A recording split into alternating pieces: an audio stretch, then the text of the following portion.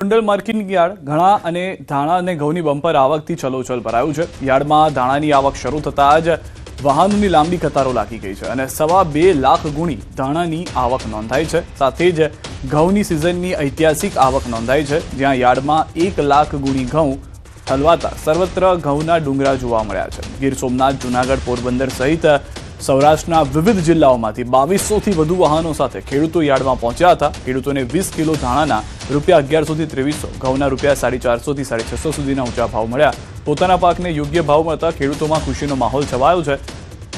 હાલ યાર્ડમાં જગ્યાની અછતને કારણે નવી આવક તાત્કાલિક બંધ કરવામાં આવી છે।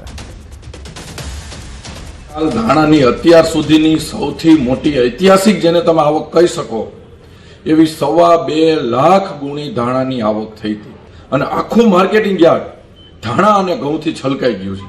અત્યારે ધાણાના ભાવ જોવો તો 1100 થી લઈ અને 2500 રૂપિયા આસપાસ ધાણાના ભાવ ગોંડલ માર્કેટિંગ યાર્ડમાં ખેડૂતોને મળે છે। તો અત્યારે ધાણાની આવક પણ બંધ કરવામાં આવી છે। જ્યાં સુધી નવી આવક ન થાય, નવી જાહેરાત ન કરી ત્યાં સુધી ધાણા લઈ અને કોઈ ખેડૂતે અત્યારે આવવું નહીં।